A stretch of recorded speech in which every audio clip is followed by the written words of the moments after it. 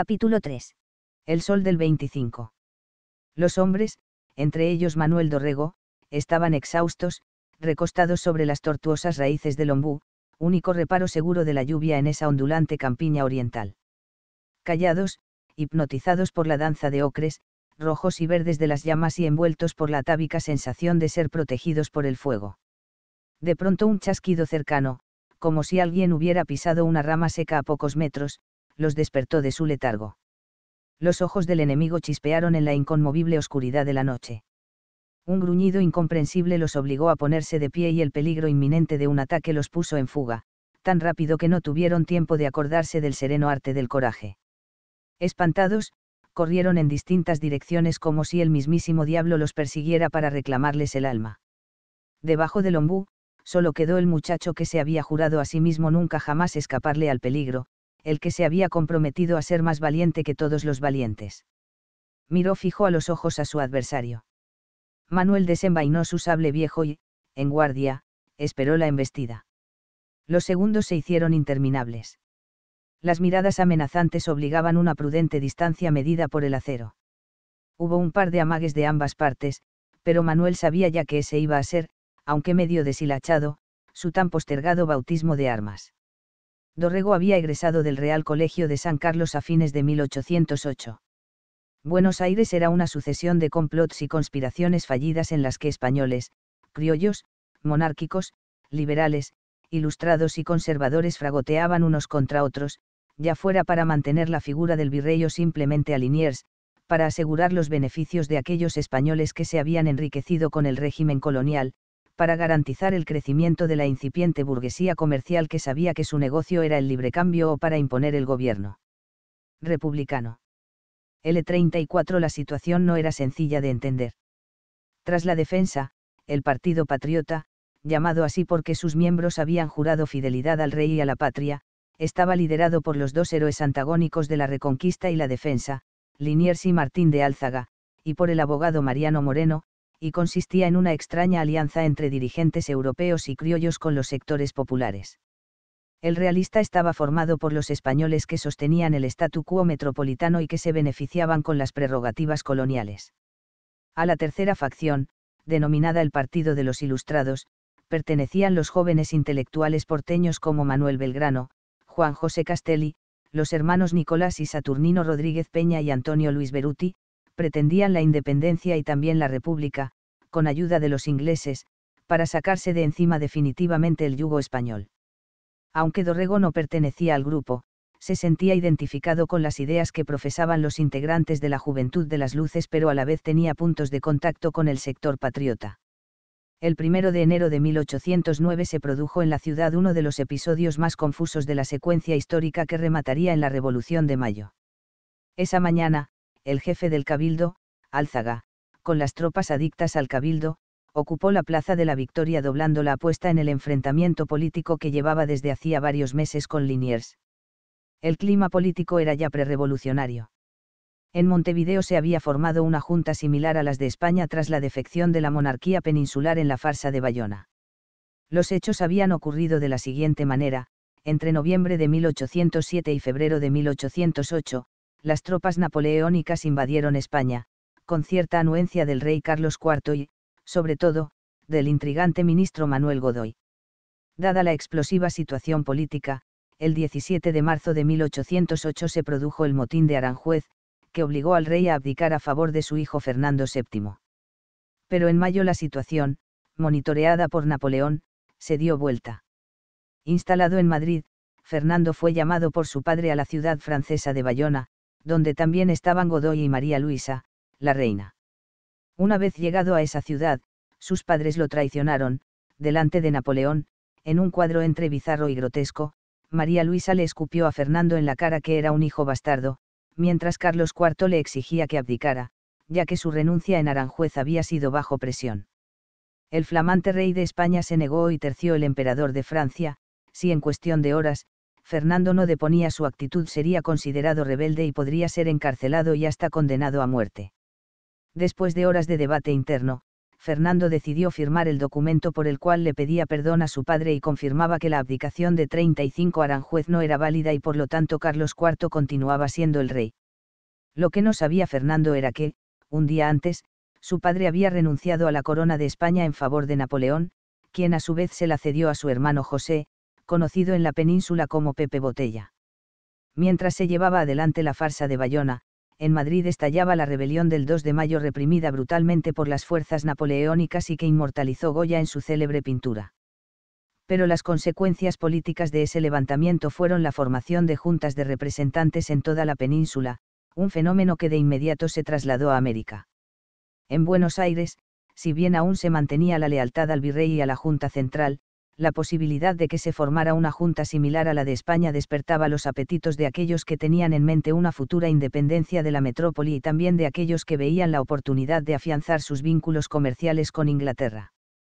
El conflicto se inició a mediados de 1808 cuando Liniers se contactó con Napoleón Bonaparte en condición de compatriota y el emperador envió al marqués de Sassenay, amigo personal del virrey, como su emisario. La llegada del francés exasperó los ánimos.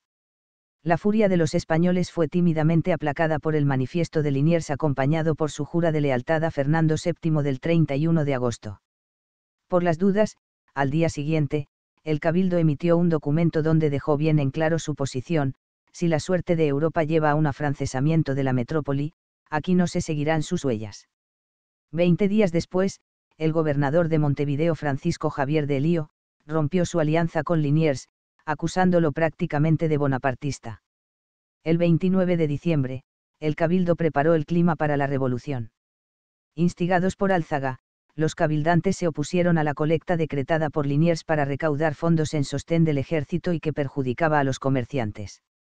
2 días después, rechazó el nombramiento como alférez real de un sujeto que años más tarde tendría una extraordinaria influencia en la vida política argentina, Bernardino González Rivadavia, protegido del virrey. Las causas por las cuales fue rechazada esa designación las escribió uno de los partidarios de la asonada, el abogado Mariano Moreno, quien describió así al candidato: no tiene carrera, es notoriamente de ningunas facultades, joven sin ejercicio, sin el menor mérito y de otras cualidades que son públicas en esta ciudad. Apenas comenzó el año, Álzaga, Moreno y el partido de los sarracenos, entre ellos Domingo Mateu y Juan Larrea, apostados con sus tropas adictas en el centro de la plaza, rechazaron el nombramiento de González Rivadavia. Liniers, aconsejado por Cornelio Saavedra, aceptó el reclamo. 36 de inmediato, Álzaga impuso la nueva lista de cabildantes. Y Liniers, sereno, volvió a dar el sí. Acorralados ante las respuestas positivas del virrey, los revolucionarios decidieron marchar hacia el fuerte para exigir la destitución del francés. Luego de la mediación del obispo Benito Loeyrriega, el virrey también cedió y ofreció su renuncia. Pero cuando iba a hacerla efectiva, las tropas de Saavedra, comandante del regimiento de patricios, irrumpieron en la plaza desbandando a los complotados. El saldo: muchos de ellos sufrieron la prisión, algunos debieron esconderse en sus casas por un buen tiempo y otros, escaparse a Montevideo. Es difícil establecer realmente qué fuerzas pulseaban esa mañana. Sin duda estaban en pugna las facciones patriotas, pero todos los personajes de la historia argentina estaban en veredas opuestas.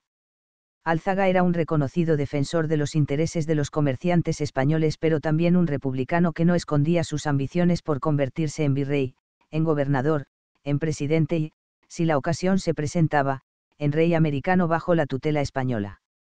Pero a su lado había probados liberales revolucionarios como Moreno. Del otro lado, Liniers, que contaba con las simpatías de los sectores populares, era apoyado por Saavedra, acaso el sector más conservador de la Revolución de Mayo y el vértice de la alianza pueblo-ejército, pero también su protegido era un ultraliberal, Bernardino Rivadavia.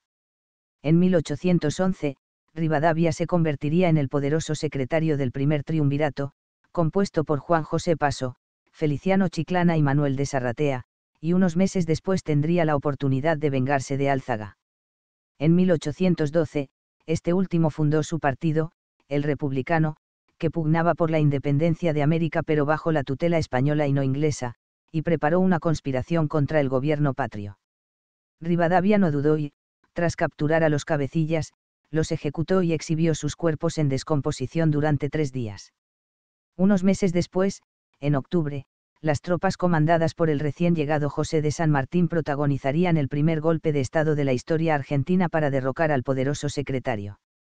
Pero en 1809 todavía no ocurrían esos acontecimientos. Y entre los que debían huir de las manos de Liniers estaba el liberal catalán Salvador Cornet, casado con una prima de Dorrego. Por decisión de su padre, el muchacho ya había despachado su equipaje rumbo a Santiago de Chile, donde estudiaría Derecho en los años siguientes. Pero la necesidad de ayudar a su familiar obligó a José Antonio a encargar a su hijo menor, Manuel, que ya había proclamado su pasión por el heroísmo y las armas, que lo acompañara hasta Montevideo, donde lo esperaba el cobijo de Delio. Manuel y Cornet debían encontrarse en las barrancas de San 37 Fernando, donde se había refugiado el catalán. Allí encontraron a un sargento que había participado de la asonada y que también procuraba llegar a la banda oriental. Alquilaron una pequeña embarcación en la que escondieron sus ropas y sus armas dentro de unas bateas prestadas por unas muchachas lavanderas y ellos se lanzaron al río como si fueran simples bañistas. Luego de nadar unos metros subieron a la embarcación hasta perderse en el río. El viaje fue dificultoso y la corriente zamarreó durante horas a la nave y sus tripulantes, que sufrieron mareos, vómitos y desmayos. Al llegar a la costa, Manuel, el más entero, se dirigió hasta una finca cercana y, luego de presentarle una nota de recomendación al propietario, obtuvo los caballos necesarios para internarse en la hostil campaña oriental, asolada por indios charrúas, partidas leales a Liniers, bandas de matreros y perros cimarrones. Estos animales salvajes no eran un peligro para despreciar. Se trataba de una verdadera plaga que llevó al gobierno, en 1730, a exigir a cada familia la obligación de matar 2 perros por mes y entregar las orejas como forma de prueba. Los cimarrones se convirtieron en un mito en ese territorio, las leyendas contaban que eran capaces de correr a tarascones a campamentos militares enteros y el propio José Gervasio de Artigas los utilizó como fuerza de choque contra sus rivales. Dorrego y Cornet se perdieron varias veces en ese terreno acuchillado por pendientes y colinas y protegido por inmensos bosques impenetrables. Incluso debieron recurrir al engaño para proveerse de caballos de refresco. Y fue el mismo Dorrego quien se hizo pasar por oficial de una partida de campaña y pidió en una estancia animales de recambio.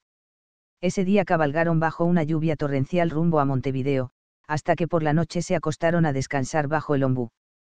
Cornet escuchaba atentamente al joven hablar con fervor e inocencia de las virtudes de la próxima revolución, de la necesidad de emparejar la situación de europeos y criollos y de los principios republicanos que debían imponerse en América, cuando los venció el cansancio e hicieron un profundo silencio. Allí los sorprendió el chasquido en la espesura cercana. En segundos, todo se convirtió en un escándalo. Cornet y el sargento huyeron rumbo a los caballos, mientras los vaqueanos contratados se perdían entre los bosques escapando del inminente peligro. Solo, Manuel sacó su sable y esperó sereno el avance del enemigo. Un rugido aterrador resonó en la noche y de los arbustos se lanzó contra Manuel un cimarrón de pelo oscuro ofreciendo las mandíbulas desnudas como respuesta ante el acero. Manuel dio 2 pasos hacia atrás e intentó aventarlo con la hoja, pero el perro no se amedrentó. El hombre y la bestia se midieron durante varios segundos, hasta que el animal atacó. Ligero, Manuel le lanzó un 38 mandoble con la hoja que estalló en el pescuezo del perrazo que, lejos de asustarse, lanzó un ladrido y arremetió nuevamente. Entonces, sí, Manuel giró la muñeca presentándole el filo a su contrincante y, cuando éste saltó, hundió el acero en el cuerpo caliente de la bestia. Un gemido de dolor sacudió al animal que atacó una vez más y obligó al hombre a asestarle sablazos una y otra vez hasta dejarlo hecho una bolsa de huesos y pelos ensangrentados. Ya está, gritó, ya está, pueden venir. Mientras los demás se acercaban asombrados por la valentía que ellos no habían tenido, Manuel secó la sangre de la hoja con un gesto de despreocupación y, sonriendo, escupió, ya está, era solo un perrito. Un día después llegaban a Montevideo, y Manuel emprendía el camino de regreso. 2 tenía ojos negros, grandes y rasgados. Vivaces, altivos y nobles. Su mirada era como la de esos perros callejeros que pueden ser leales o feroces en cuestión de segundos, pero que transmiten la seguridad de quienes pueden valerse por sí mismos, que no necesitan de nadie para alcanzar la nobleza. Hablaba con su mirada. Su frente era breve pero despejada y su cabeza redonda y pequeña en relación con su cuerpo. La nariz recta y la boca concisa, dispuesta siempre a la sonrisa burlona, sonrisa que cuando se sumaba al gesto de entornar los párpados le daba un aire burlón, un gesto que le granjearía más de un enemigo. Su cabello era oscuro, corto y tirado hacia la frente, como lo usaban los hijos de la sociedad en aquellos tiempos. Su talla era mediana, pero debajo de la camisa blanca se percibía la tensión muscular de los 20 años. Caminaba con cierta elegancia y sus modales eran cuidadosos. Sin embargo, no era afectado ni traslucía un refinamiento artificial. Con estas armas físicas, una elocuencia poco común y una disposición a despreciar el peligro, Manuel llegó a Santiago de Chile para convertirse en uno de los héroes de la independencia trasandina, pero, por sobre todas las cosas, para conquistar a cuanta muchacha de la alta sociedad santiaguina se le pusiera en el entrecejo. Obvio, si le quedaba tiempo, solo si le quedaba tiempo, Manuel iba a cumplir con la orden de su padre de convertirse en abogado en la Universidad de San Felipe. Pero hay que admitir que las otras actividades, las mujeres y la guerra, no le permitieron al pobre Manuel dedicarle 39 demasiado tiempo al estudio. Llegó a la ciudad bordada por el río Mapocho a principios de 1810, y en cuestión de semanas se adaptó al grupo de jóvenes revolucionarios universitarios que pujaban por destituir al impopular gobernador Francisco Antonio García Carrasco. Africano de raza blanca, hombre viejo, ni inteligente ni discreto y con un concepto mezquino del poder, lo que lo hacía violento y despótico, tenía más bien la debilidad y torpeza características de los políticos mediocres. García Carrasco era aborrecido, sin dudas, por sus gobernados. Y se sabe, un gobernante no querido se convierte siempre en un paranoico conspirador. En 1809 persiguió toda reunión sospechosa, expulsó a los ingleses y norteamericanos y declaró delito atroz conspirar para la desunión entre los súbditos y el soberano. El 25 de mayo de 1810, mientras en Buenos Aires se formaba el primer gobierno patrio, García Carrasco apresó a 3 políticos, Juan Antonio Ovalle, José Antonio Rojas y Bernardo Vera, quienes fueron trasladados al cuartel de San Pablo por expresarse contra los intereses españoles. Además, arremetió contra los claustros universitarios para acusar y sancionar a los jóvenes revolucionarios, entre ellos, claro, Manuel Dorrego. Como suele ocurrir en estos casos, los paranoicos logran crear a sus propios perseguidores. Envueltos en el fervor emancipador de América Latina, la noticia de los sucesos de Buenos Aires había llegado a Santiago el 24 de junio, los chilenos decidieron emprender su propio proceso liberador. Y García Carrasco cometió un grave error, expulsó al Perú en secreto a los 3 políticos detenidos. El 11 de julio, cuando las familias de los exiliados se enteraron, el pueblo estalló e invadió las calles exigiendo el regreso y la liberación de los 3 apresados. En las salas de la Real Audiencia, los manifestantes interpelaron al presidente y cuando las cosas pasaron a mayores, García Carrasco amenazó a uno de sus más apasionados opositores, José Argomedo, y le espetó, además, ¿quién de ustedes piensa salir de aquí con libertad? Argomedo, consciente de que el presidente estaba solo en su torre, le contestó con piedad, señor presidente, 4.000 hombres apoyan las ideas que he sostenido, resueltos a no permitir que se detenga a nadie. Y en el momento en que Argomedo pronunciaba las palabras 4.000, el joven patriota Luis Carrera abrió su saco dejando al aire sus 2 pistolas, presidente, además, todos vienen como yo. Carrasco evaluó, entonces, el poder de fuego de sus perseguidores. Durante los días siguientes, la situación política se resolvió en las calles. Por las noches, las patrullas populares rondaban todas las esquinas y se enfrentaban con las tropas leales al rey. Hasta que el 16 la situación 40 se hizo insostenible, García Carrasco renunció argumentando problemas de salud y se eligió como sucesor interino al brigadier Mateo de Toro Zambrano, conde de la Conquista, un hombre de 85 años con muy poco peso político por lo avanzado de su edad. Desde la ventana se escuchó una voz aporteñada que gritaba, «Junta queremos, Junta queremos». Era la voz de Manuel Dorrego que, rodeado de los militantes del Partido Patriota, se agolpaban frente a la audiencia para imponer un gobierno similar al de Buenos Aires. Pero la situación aún no estaba madura y los republicanos revolucionarios solo lograron imponer un par de nombres en el gobierno. Manuel estaba bien lejos del estudio de las leyes por aquellas épocas, como dijimos. Por las noches comandaba patrullas de milicianos que recorrían las calles, y que daban seguridad a las casas de los patriotas, a los edificios públicos y a los cuarteles. Protegían a los que pasaban del lado de los patriotas por miedo a que los godos se apoderaran de ellos. Las refriegas nocturnas estaban a la orden del día. Pero también había otro tipo de escarceos y escaramuzas, los debates en los salones de la alta sociedad chilena y los furtivos encuentros amorosos en alcobas cómplices. Por aquellos días Juan Martínez Rozas publicó su Catecismo Político Cristiano, en el que escribía que el sistema de gobierno republicano es el único que conserva la dignidad y majestad del pueblo y el menos expuesto a los horrores del despotismo y la arbitrariedad, el más suave, el más moderado, el más libre y por lo tanto el mejor. El libelo se convirtió enseguida en un dogma para otros patriotas como Bernardo O'Higgins y los estudiantes de la San Felipe, entre ellos Manuel, que ya se había convertido en uno de los personajes más populares de la universidad. Luego de muchas idas y vueltas, el 18 de septiembre Zambrano realizó el cabildo abierto, al que acudieron más de 300 personas. Con solemnidad, el viejo político soltó: aquí está el bastón, disponed de él y del mando. Y los chilenos le hicieron caso. Casi simultáneamente se pusieron todos de pie y lanzaron el grito de guerra creado por Dorrego: Junta queremos. Los cabildantes formaron una con Toro Zambrano a la cabeza. De inmediato, Manuel influyó en la flamante Junta para que se creara un batallón de granaderos de Chile, primera fuerza organizada del gobierno patrio chileno.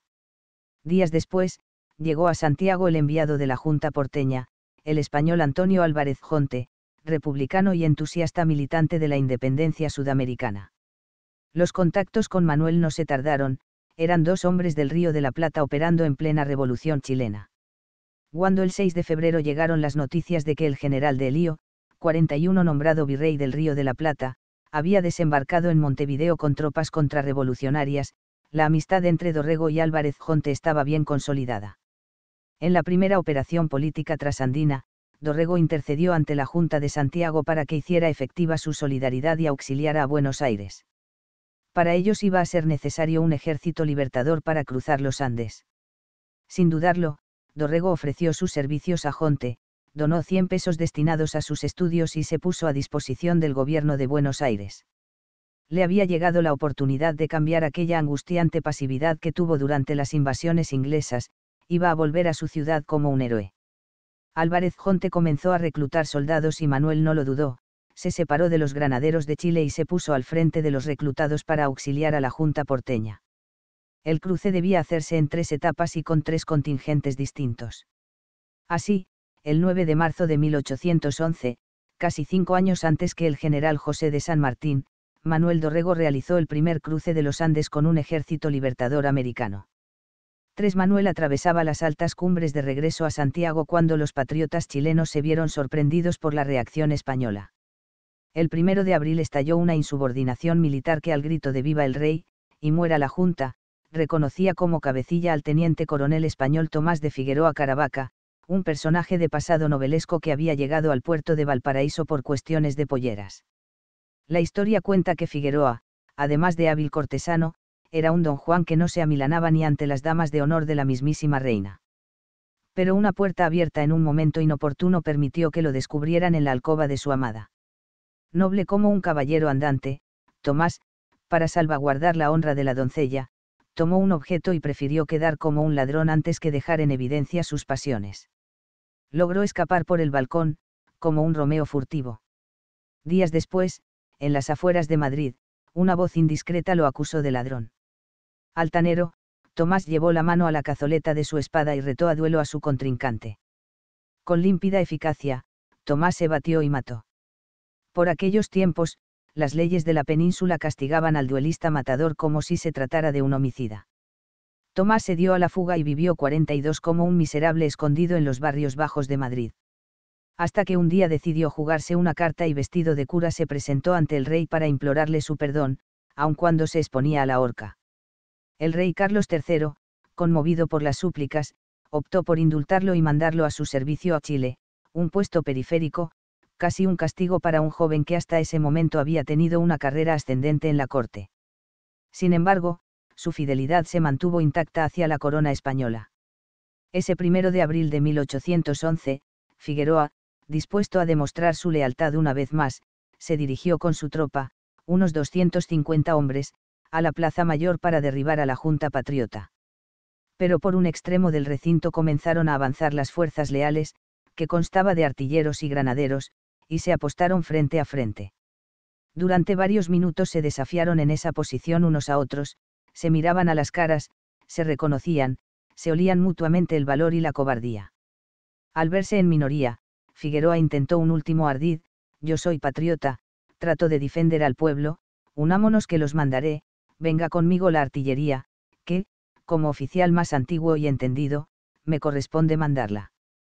El líder de los leales, el comandante Juan de Dios Vial, miró a los ojos a Figueroa y contestó rabioso: los granaderos no defienden sino a la Junta, dijo y escupió el suelo.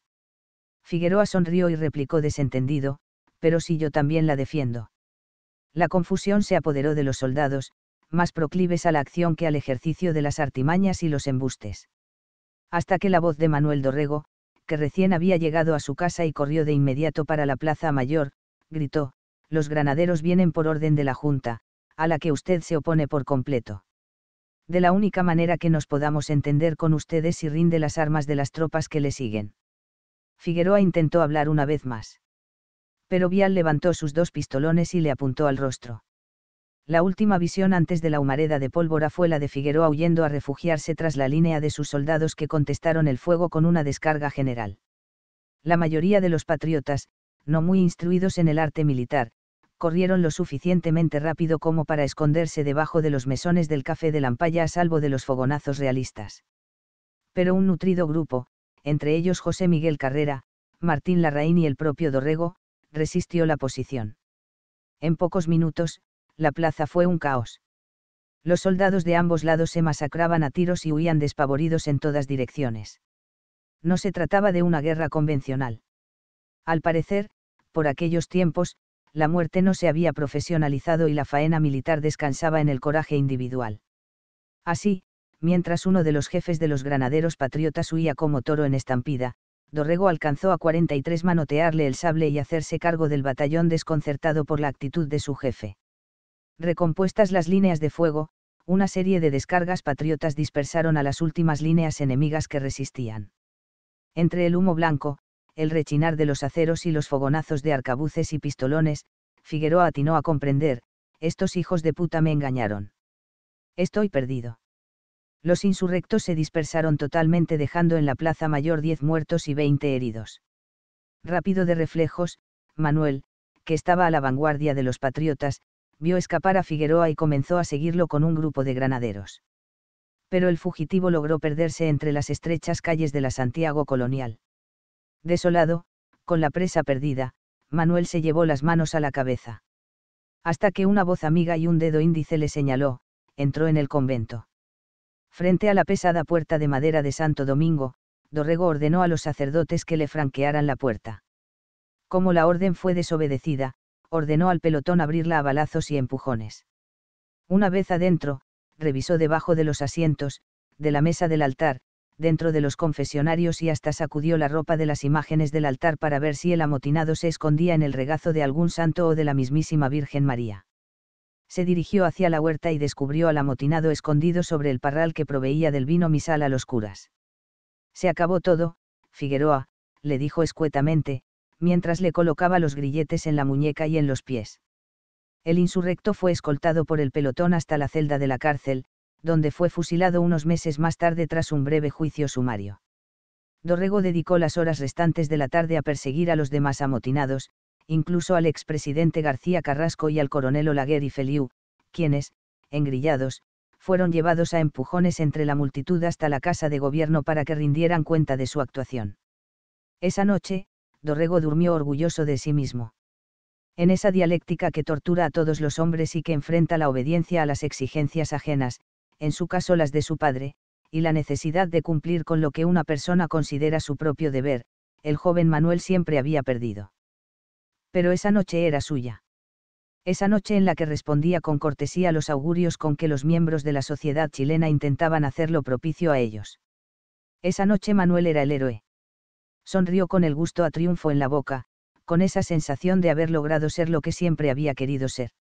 Pero Chile iba a necesitar una vez más de sus servicios.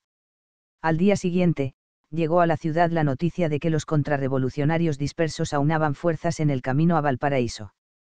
Sin perder tiempo, la Junta envió una fuerza de 300 hombres y un cañón a cargo de 44 artilleros argentinos recién llegados de Mendoza. Al frente de la columna iba Dorrego. Al llegar a la loma donde estaban los amotinados, Manuel comprobó que se trataba de requechos de un ejército. Contó exactamente 33 hombres, se acercó a su comandante y le solicitó: «Señor, no parece necesario derramar sangre. ¿Me deja hablar con ellos?» «Vaya, Dorrego, haga lo que pueda». Manuel respiró hondo y comenzó a subir la cuesta acompañado por el capellán. Durante 3 horas intentó convencer a esos hombres de que no se dejaran matar innecesariamente, que sus vidas iban a ser respetadas. Cuando el sol teñía el cielo de rojo desde el Pacífico, los amotinados depusieron sus armas. Manuel iba a tener su segunda entrada triunfal en Santiago. Sin embargo, sus días en Chile estaban contados. Apenas una semana después, partía hacia Mendoza con un contingente de 200 soldados. Y en mayo cruzó con el tercer contingente, formado por 104 hombres, con el que debía entrar en Buenos Aires. Manuel tenía ahora la oportunidad de ser profeta en su tierra. Llegaba a su ciudad natal con la fama de un héroe, nombrado benemérito de la patria, y en su brazo derecho lucía un escudo de honor con la leyenda: «Yo salvé a la patria». Chile a sus primeros defensores.